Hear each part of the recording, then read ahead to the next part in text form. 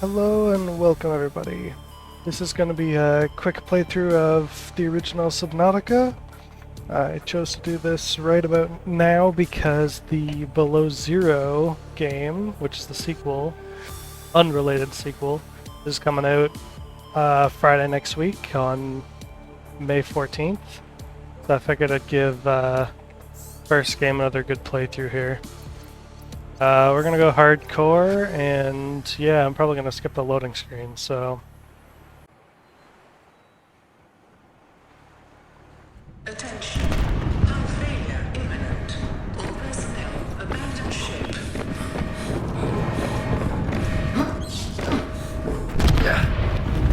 Launch in 3, 2, 1.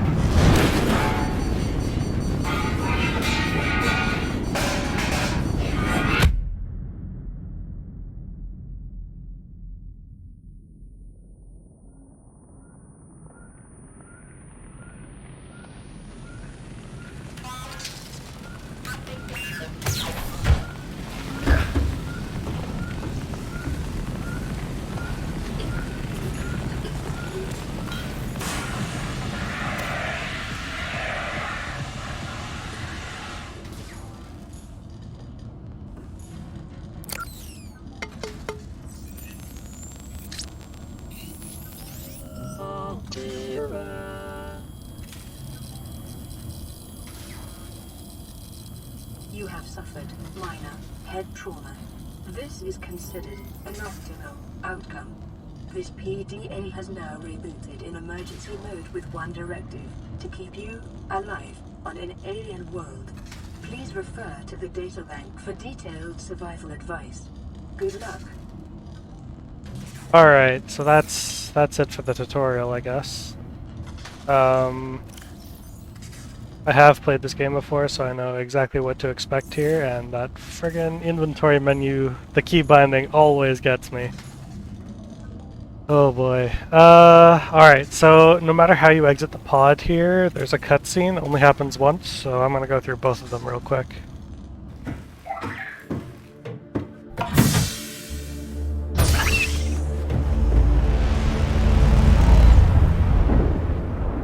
Yeah, that's it. Cool though, you get to see the spaceship that we crash landed on. The Aurora suffered orbital hull failure. Cause unknown.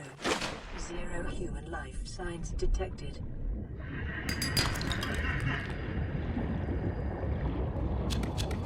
Alright, where'd we spawn here? Copper is an essential component of all powered equipment. Your probability of survival has just increased to unlikely, but plausible.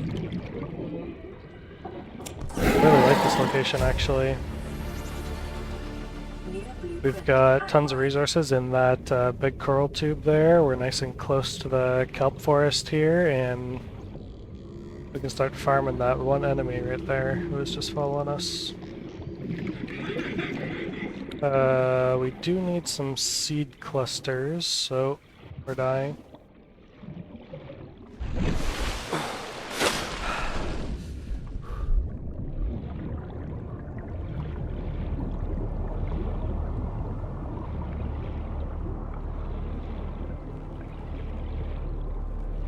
Here we go, seed cluster.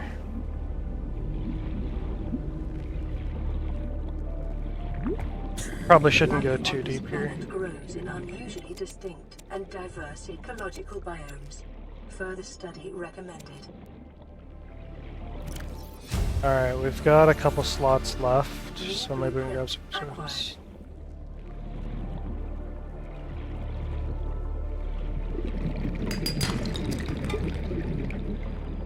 Catch a wallfish. New creature discovered. For new players, you swim faster if you don't have anything equipped on your hotbar. So like, if I have a fish equipped, I'm swimming slower than if I don't. New creature discovered. alien life Grab these forms metal scraps that because have they're very good for unexpected resources. applications. Utilizing alien resources is a proven survival strategy. Alright, we'll enter the pod here. Start doing some crafting.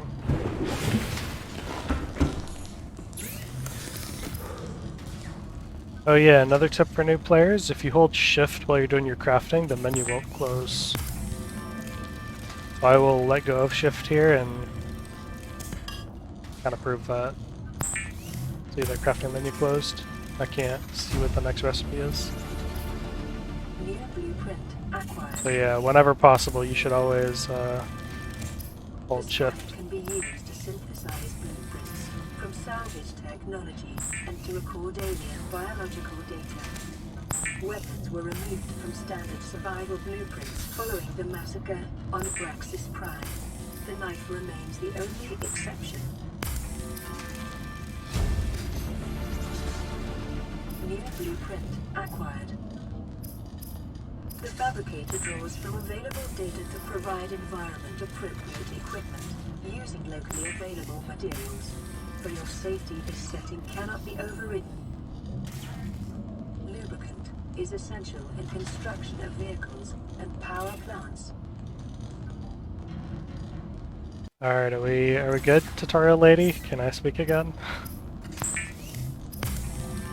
If you're trying to play along, I just did a enormous amount of crafting. Small organisms while disposing of the skeletal structure, bodily fluids, and internal organs, thus rendering them safe for human consumption. I'll go through what I crafted here real quick though. So we've got the survival knife, which is how you get a bunch of the resources later on. You have to actually cut things to get certain stuff out of it. The scanner is kind of how you follow the story, but also how you unlock some research. So that's huge. I crafted a waterproof locker just because I have a mod installed which lets you interact with it from your inventory. Otherwise, I would actually recommend staying away from these because they're a waste of resources. You can't really use them after the early game, so that's, yeah, it dead ends itself. We still have power here? Barely. So, the starting pod here, it has these 3 power cells and you can't interact with them much. But they'll charge during the day, which means when it gets night, you kind of want to do your crafting. And I think I just did my crafting during the day, so now we're out of power. Or almost out anyway.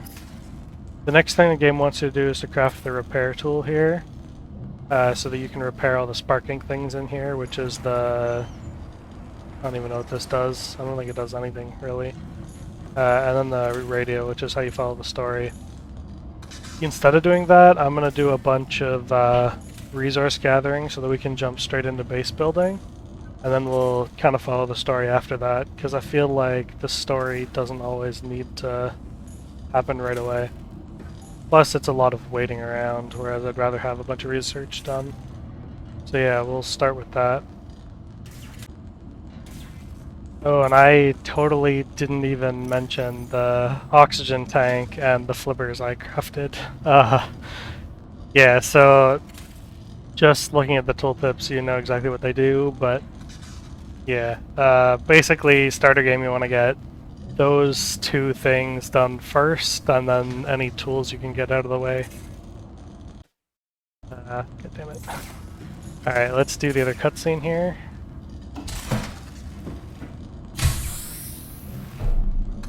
Be the Arctic Ray. Or is that what they're called? I don't remember. Alright, so now we've got a lot more oxygen. We swim way faster because of the fins. You're in the wrong biome. What do we got in here? A Sea Glide. So Sea Glide is something you want to get ASAP because it's the fastest vehicle in the game. And I am not joking. you might think the later vehicles in the game are faster, and they have more attachments maybe, but they are not faster. New creature discovered. I probably will craft all the later stuff, but for now it's not needed. Where is that fish? Yeah. So the way to avoid them is basically just to swim towards them. This guy's too far away, so I won't bother. Oh, oxygen.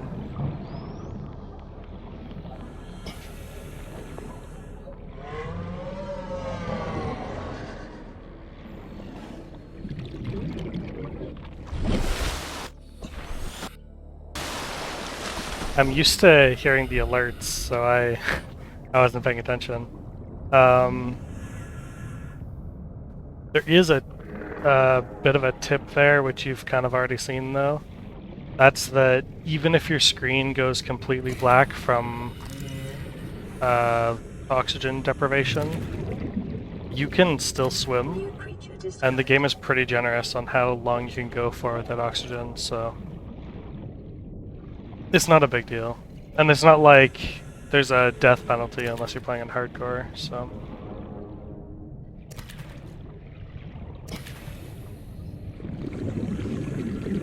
Wait. Go. Okay, what do we need here? We just needed the cave sulfur for the repair tool, but actually we want to get some silver and gold going.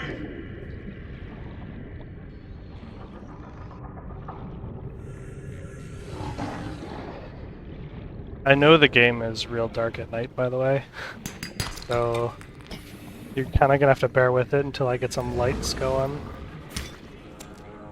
There's not really much I can do to boost the brightness.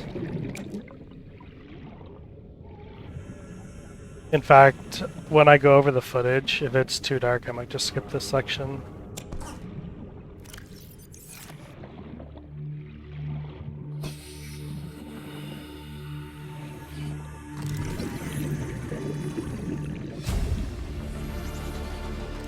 New blueprint acquired.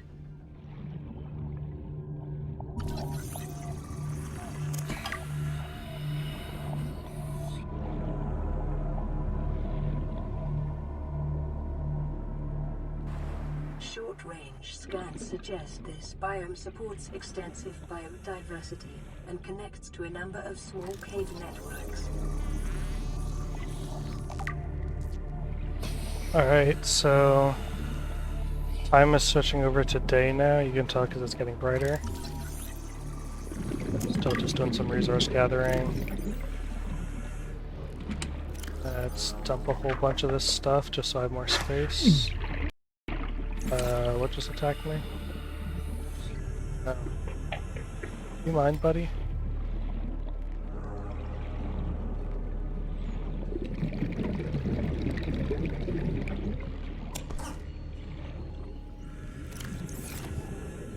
Detecting increased local radiation levels.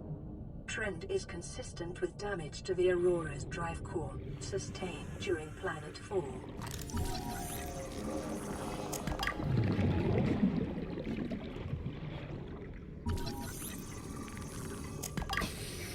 Yeah, I'm not gonna bother scanning like plants and stuff. It's not really worth it. You can if you're interested in the lore, but also not gonna bother with the fish eggs too much. Again, you can if you want to, but it really doesn't contribute much to the game. Especially not early on like this. Okay, we're in the right biome now. This place here with the red grass is where you find the silver and gold rocks.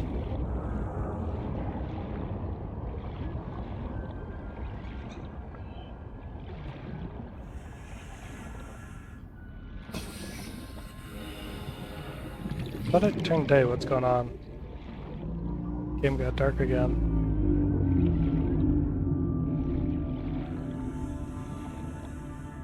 Local scans show a nearby cave entrance, depth 90 meters, leading to an unknown environmental biome. I'm not gonna go down into the 100 cave. meters. Oxygen efficiency decreased. Silver-based wiring kits are an essential component of many habitat modules. These smooth rocks are where you get silver, gold, and lead. So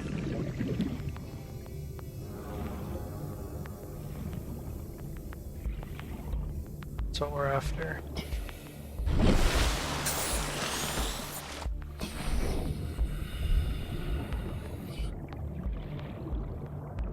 We are kind of pushing the boundaries of how deep we can go for stuff, though.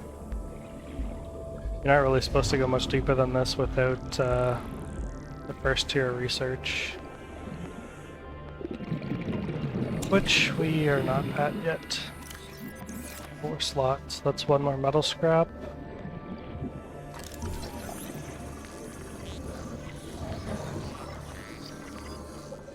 The scanner's your best friend, though, for pretty much everything. New PDA data. You see something, you probably want to scan it right away. You can look up the lore entries here in the databank. All kinds of stuff. I already know what all the things do, so I'm not gonna bother showing them unless, like, it's a reading your voice thing, part of the game story.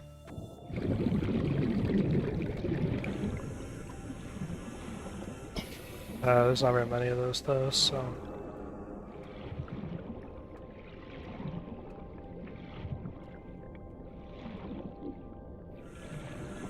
It's not really the best place to be if you want to do some scanning. But you find patches where you can scan stuff all over the place, so we'll just keep swimming.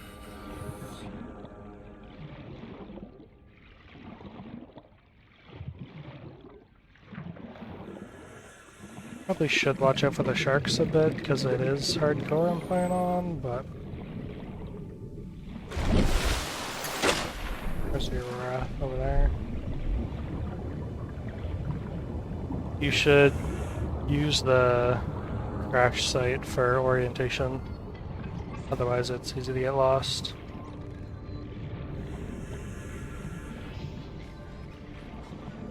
There's waypoints you can set up later on as well, like beacons, but it's hard to tell depth with them, if that makes sense. Like,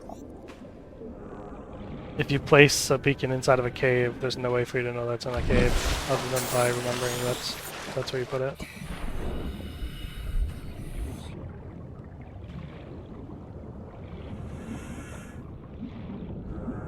Food and water starting to go down. Catch some more fish if I can.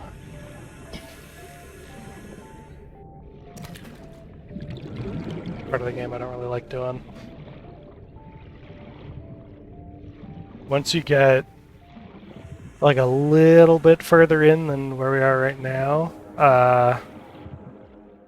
the whole food and water thing just becomes irrelevant. There's some overpowered things you can farm, so...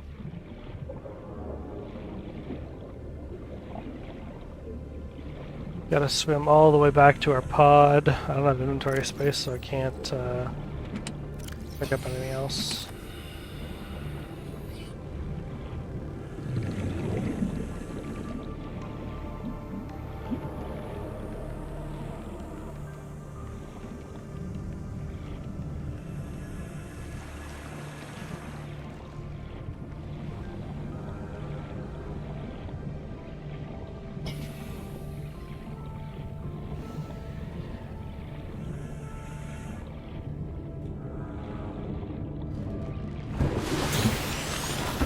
Alright, crafting time.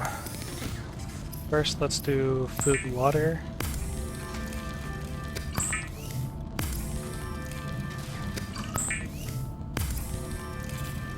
It is common for those accustomed to synthetic foods to be repulsed by eating an animal carcass. Remember that humans This way, for millennia. You can too.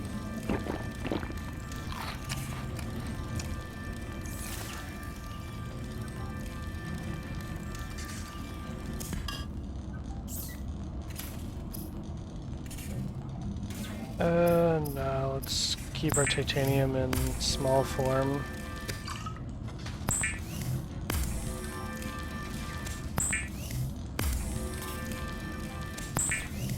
Yeah, that should be enough food. Get me back up over the... Yeah. Oh yeah, there's a medkit here, which you can totally use if your health is low. You rarely have to, so...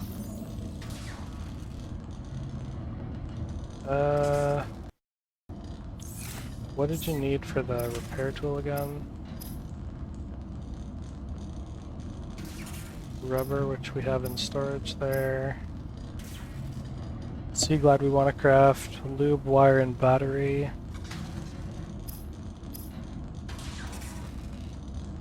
And 2 glass. Grab this. Lube. Hopefully I had... Grab some copper.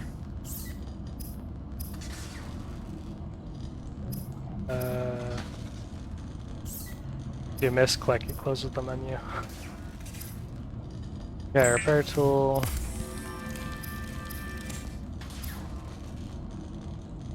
Copper, battery, mushrooms. Okay, I did grab some. We can make a glass with that. Just dump some titanium in there.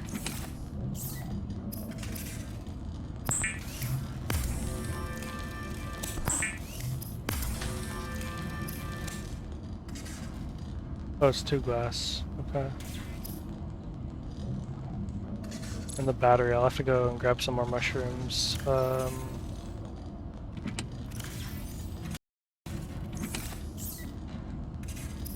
Craft another glass here. And grab some mushrooms.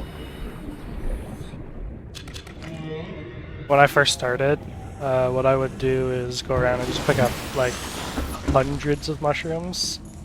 That is unnecessary. You will need to do that for titanium, like almost definitely.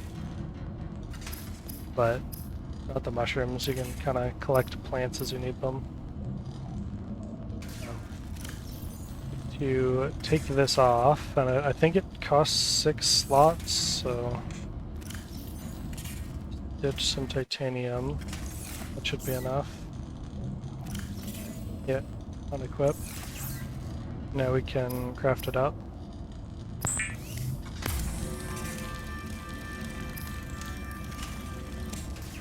The habitat builder. Misclick.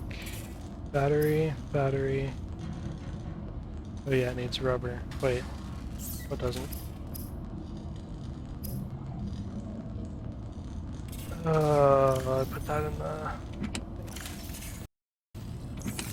I keep doing that. I need to stop.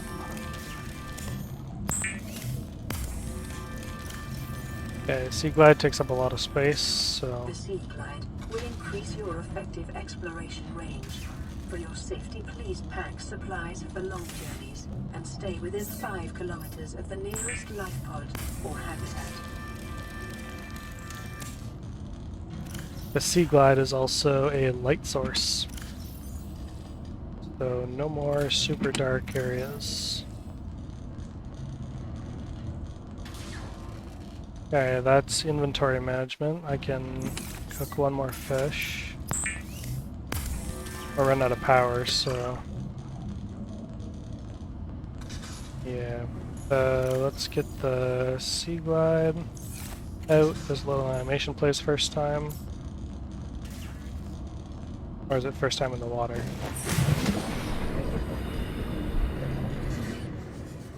Oh, I must have skipped it. Anyway, right click to switch interfaces. You've got the map, the light, and both. I'm gonna leave both off. For now anyway. When it gets darker, we'll switch.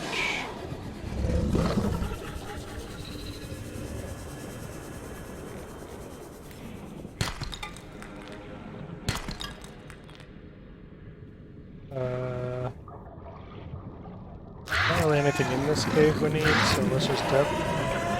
Leave those crash fish behind. Where are we? Hold up. Okay. We want to go about here. There is... Now that we have the sea glide, we can move way faster. In the red grass area, we need to get some stuff for circuitry. In fact, while we're here, I might as well pick up the scrap metal. This is like the best source of titanium in the game. It doesn't get better than that later on, so you should go well out of your way to pick all of those up. Also, rescanning things that you already have gives you 2 titanium, so definitely worth it. I think I cleared that area already.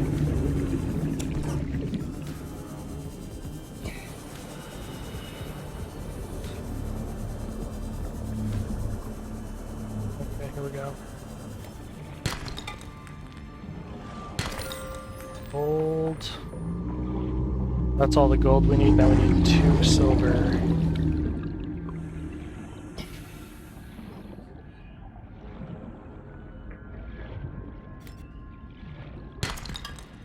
Lot of silver.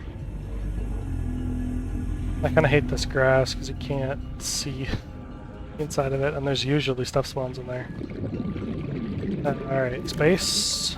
We've got some. Let's get another pillar. Or these ledges also sometimes have stuff on them. That's 1 silver, another scanning room. I don't really use this much because reasons, but 1 more and then we have it.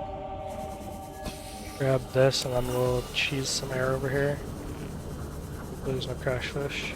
Oh, dang it.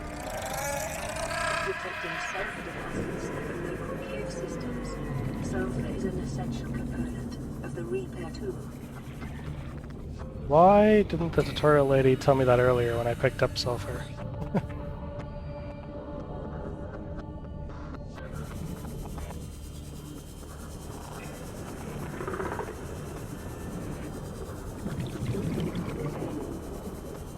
Alright, see if we can get us some silver.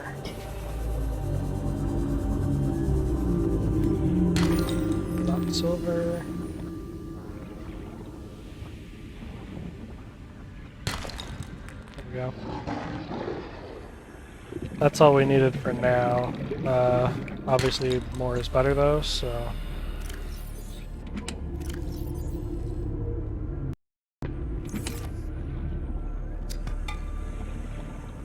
And then there's a crash site here. There's usually stuff to scan around it, so check that out. Inventory full. How much space? None. Okay. So we'll do a quick walk around. Waste disposal. Not useful, but exists. New blueprint acquired. Another scanning room. Last piece, and then we can build it.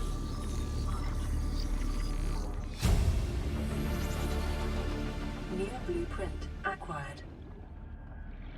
Alright, let's go back to base and do some crafting. I think we should have had things.